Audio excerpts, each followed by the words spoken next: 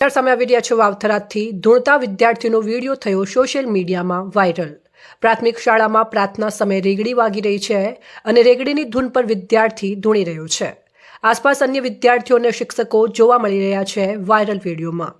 એક તરફ બનાસકાંઠાના સાંસદ જ્ઞાનીબેન ઠાકોર અંધશ્રદ્ધા અને ભુવાજીઓથી દૂર રહેવા અપીલ કરી રહ્યા છે, તો બીજી બાજુ પાયાનું શિક્ષણ મેળવતા કોમળ વયના વિદ્યાર્થીઓને પ્રાર્થના સમયે રેગડી ધૂન પર ધૂણવાનું શીખવવામાં આવે છે પ્રાથમિક શાળાઓમાં।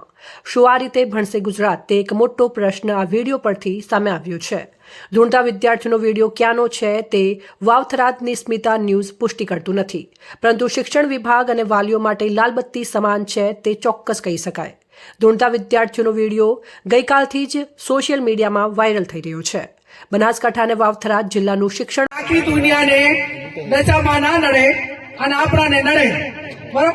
એટલે આ દશામાનાથી વર્તો કરીને ઘરેથી દશા બેહાડવાની પ્રથા છે એ કોઈ પણ બેન દીકરીએ દશામાના વર્ત હવે કરવાના નહીં। અને જેને દશામાં નડે એ બધા માને મારે અહીંયા મેલ દીધો, હું એકલી ગાડી ફેરવું છું, દશામાં મારા ભેગા ગાડી ભરશે અને નડે તો મને નડે, તમને કોઈ નડશે નહીં, બરોબર ને? પછી આ ભુવાનું ને એનું રહ્યું ને એ કંટ્રોલ મારું છે, પણ મહેરબાની કરીને કોઈ ભુવામાં ફસાતા નહીં। તમારું જે કર્મ છે એનું એ જ અગત્યનું છે, જેવું કર્મ કરશો એવું ભોગવશો। અને એવા તમને ભ્રમ ઘાલશે કે તમને આર્થિક બરબાદ કરશે, સામાજિક બરબાદ કરશે, કુટુંબમાં બરબાદી લાવશે અને એવી વેમ ઘાલશે તો આખો પરિવાર વેરવિખેર કરશે।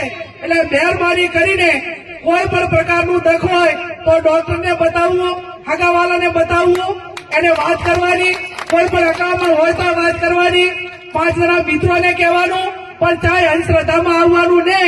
અને ભોપા જો આખા દેહનું બધું મટાડી દેતા હોય તો મોહન કેશોદી આ સાહેબ બે તમે કોઈ ભોપાની બાધા રાખા અને અમે તમારે અહીંયા કોઈ પણ કામ ના કરા અને ચૂંટણીમાં ફોર્મ ભરા દીધા તો ભોપો આવશે તો અમે ભોપા લઈને બેહી રહ્યા ને ભાઈ।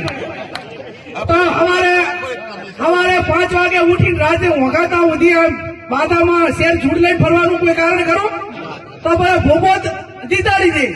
એટલે ચાહે ભોપાની વાતરી જે ભોપા હોય માફ કરે, નકર પેલો આપણો ના નડે ભાગ, બરોબર? એટલે આ માત્ર ભ્રમો છે, માત્ર કમાણી અને સાધન છે, ટોકા રસ્તા છે। લોકોની માનસિકતા એની સમજણ કેટલી છે, એની મગજની કેપેસિટી કેટલી છે એ નક્કી કરીને ભ્રમમાં ગાલતા હોય છે। એટલે મહેરબાની કરીને કોઈ પણ પ્રકારની તકલીફ હોય તો જેનો જે નિષ્ણાત હોય એના કંદાવો, હગાવાલાનું હોય તો હગાવાલા કંદાવો, દખ રાતું હોય ડોક્ટર કંદાવો, અને જે કાંઈ હોય એ 5 જણે થઈને એનું નિરાકરણ લાવવું।